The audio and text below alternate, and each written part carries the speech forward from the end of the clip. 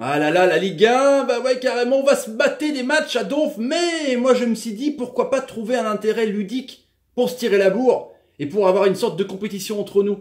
Vous voyez, petits amis? Moi, ça me dit bien. Salut à tous, footeuses et footeux de notre famille, c'est Thomas. Bah ouais, la Ligue 1 approche à grands pas, ça rime, c'est génial, plus que 2 jours de cette compétition de fou, ce pain quotidien de dingue. Et bah, du coup, j'ai décidé de créer une nouvelle émission, un nouveau podcast qui sortira tous les mercredis. Ça s'appelle donc On parle prono. Et ouais, donc tous les mercredis, je vais vous exposer mes pronos sur les 10 rencontres qu'il y aura évidemment le week-end, vendredi, samedi et dimanche. Mais il n'y aura pas que moi qui devrait jouer. Bah non, vous allez pronostiquer avec moi. Et comme vous savez que j'aime bien faire les choses, je fais des petits textes descriptifs dans la description justement, des résumés des matchs ou du sujet exposé, un petit résumé. J'aime bien faire ça. Du coup, je vous ai mis mes résultats avec les matchs. Vous n'avez plus qu'à virer mes résultats, copier-coller les 10 matchs, les mettre dans les commentaires et mettre vos résultats à vous. Et ce qui donnera donc pour mercredi prochain, pour les pronos de la J2, par exemple 4 bons résultats que vous avez eus, c'est quand même pas mal. Ça fera donc l'opération calculette, énorme. 4 matchs fois 100 divisé par 10 matchs, donc 40%. Et donc chacun, après, comme moi, aura son taux de réussite.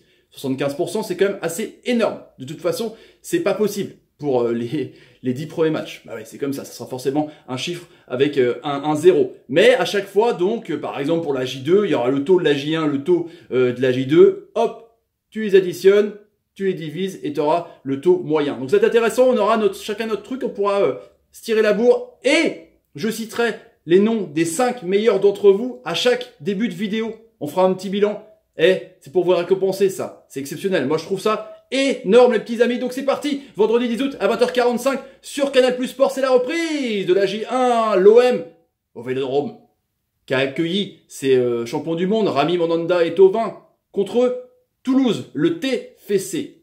On ne sait pas si les Mandalistes vont jouer justement. Toulouse qui a perdu Delors, mais qui a gardé Gradel. Mais quand même, je mise sur une victoire de Marseille. Je le sens bien, l'OM. Bah ouais, je le sens bien pour ce début de championnat. Le samedi 11 août, à 20h, le multiplex sur beIN Sport et les canaux beIN Sport Max que vous connaissez, les amis. Nantes-Monaco chante le match fermé.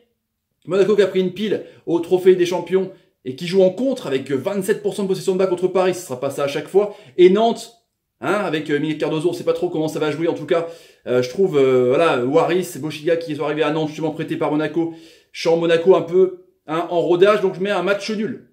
Ben ouais. Saint-Etienne, Guingamp. Saint-Etienne, il y a des Debuchy, il y a des Silva, il y a pas mal de blessés. Et Guingamp a fait des très beaux matchs amicaux, et notamment Nolan Roux qui a pas arrêté de planter. Mais quand même, Gasset veut retrouver le top 5, donc je mise sur une victoire de Saint-Etienne samedi.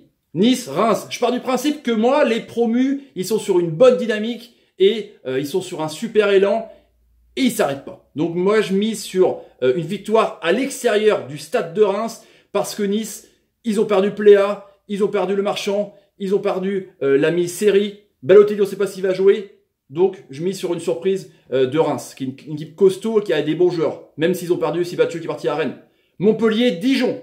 Montpellier, qui a perdu Mbenza, on a vu, les Anglais, du coup, ça fait un peu peur.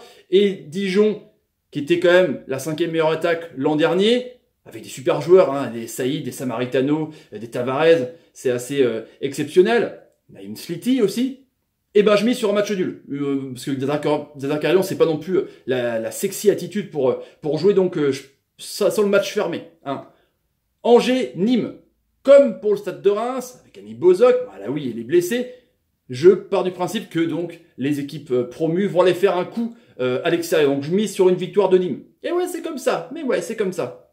Le LOSC contre le Stade Rennais. Le Stade Rennais a bien recruté. Le LOSC donc a perdu Malcuit qui est parti à Naples. On ne sait pas si Pépé va subir les sirènes un peu des Anglais où le mercato ferme demain. Bah ouais.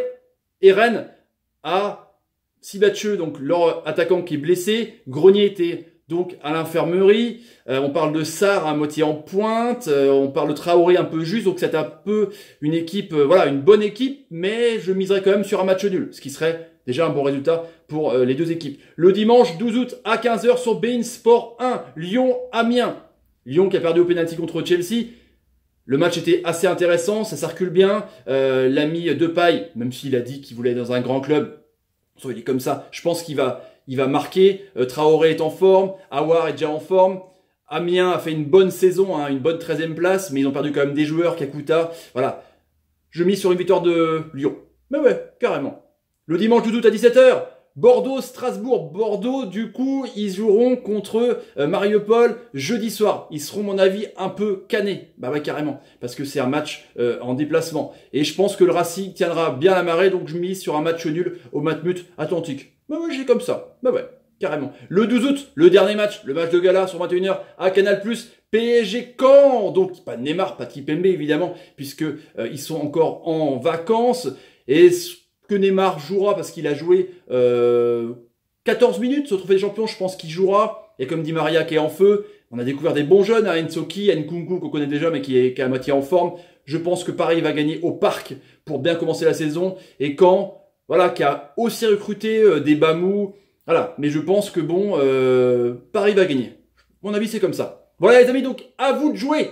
C'est simple, vous mettez donc dans les commentaires vos résultats, vous copiez-collez comme je vous ai expliqué, on verra ça ensemble. Et c'est simple, si tu veux défier tes potes, hein, si tu veux te la mettre, te la coller sur les pronos, et ben partage la vidéo, comme ça on sera beaucoup plus de monde. Et là, ça sera assez intéressant, sachant que les 5 meilleurs d'entre vous seront cités dans la prochaine vidéo les amis. Si vous avez envie de donner la chaîne, n'hésitez pas, tapez sur ma ganache, partagez la vidéo comme je vous ai dit, c'est l'heure de la guerre sur YouTube, pour me soutenir et pour jouer au pronostic, évidemment. Mettez des commentaires.